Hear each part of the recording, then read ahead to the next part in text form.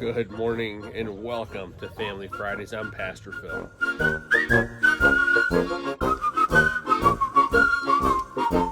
Good morning. I pray your week is winding up with great blessing from our Lord. And today we're going to continue discussing the idea of how we can lead our family in devotional lives that are intentional and concentrated versus going through and figuring out how to lead a devotional life that is long, extended, and doesn't do exactly what we're looking for.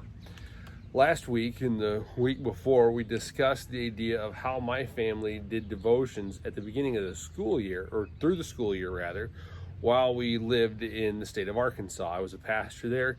I would take my kids to school each morning and we would have a devotional time where we would work on a prayer or something of that nature, mostly those prayers, when we were going from home to school. But once we moved to where we're at now, that didn't really work.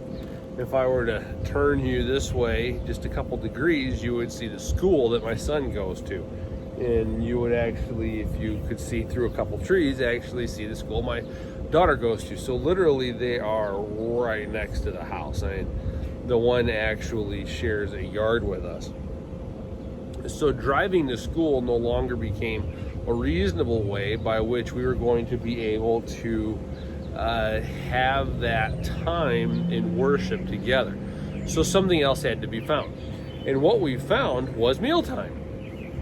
Mealtime was one time when most of the time I was home, my wife was home, my kids were home, and we would all be together during that bit of time where we could actually be intentional about what we were working on. Here most recently, what we worked on was the 10 Commandments that we would go through, and the kids would tell me a commandment. It might be the first commandment, and it would be, you shall have no other gods. And then we would talk for a little bit about what that commandment actually meant.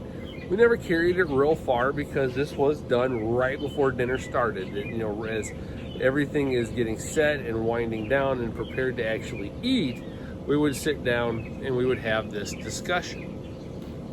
Nothing intense, nothing difficult, nothing hard. But it was an intentionally focused point in time, and remains one that works for us, where we can actually go through and contemplate what our Lord has for us. As I said before, we were looking into the ideas of catechetical teaching. So we were working through the 5 major parts of the catechism, and in doing that, we worked with the 10 Commandments. Now, we'd worked with the 10 Commandments before. When I was a seminarian at Concordia Seminary in St. Louis, we had also worked through the 10 Commandments, and we had done this at dinner time as well, because it was the most convenient time for us to actually deal with. But at that time, we were more concerned about the idea of actually instilling the knowledge of the law into the hearts of my kids. So it would be a case of, well, now I expect them to actually say, you shall have no other gods. I might accept the answer of no other gods. Instead of, you shall honor your father and your mother, my daughter would say, do what mom and dad says. That there was a boiled down understanding that as we are moving forward now, you can see that understanding is taking root to where we can actually discuss these things on some level. Now, it's not as deep as you might wish all the time, but what you've seen in the lives of my children is that the law has begun to take root in their heart. They understand these things, and they understand how Jesus is the answer to it. And it's all by taking like 5 minutes before eating, 5 minutes before going to school, and working on their prayers.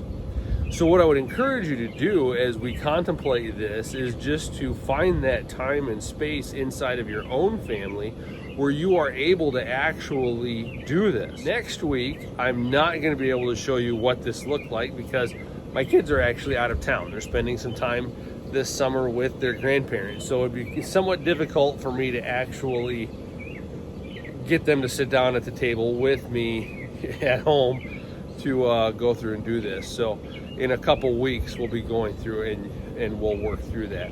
What we'll continue doing is contemplating those times and places where you might be able to actually have that devotional time with your kids.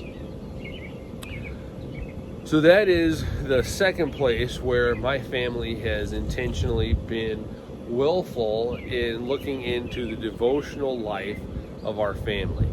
We did it at one point between home and school, and then we also have found that probably the best one that works for us is actually at mealtime, right before we eat. We'll say grace, talk about the commandments or whatever it is that we want to spend time on, and then have dinner following. Not a lot of time is put into it, not a lot of difficulty is there, but I can see a change in my kids and an understanding of the law and how Jesus works for them. I pray that God blesses each and every one of you. I look forward to seeing you again next week as we continue on looking through the worship service and through our family devotional life and all the various things that we deal with in a day-to-day world, rather, as well as continuing on through the Gospel of John. I pray that God blesses you, and I look forward to seeing you again.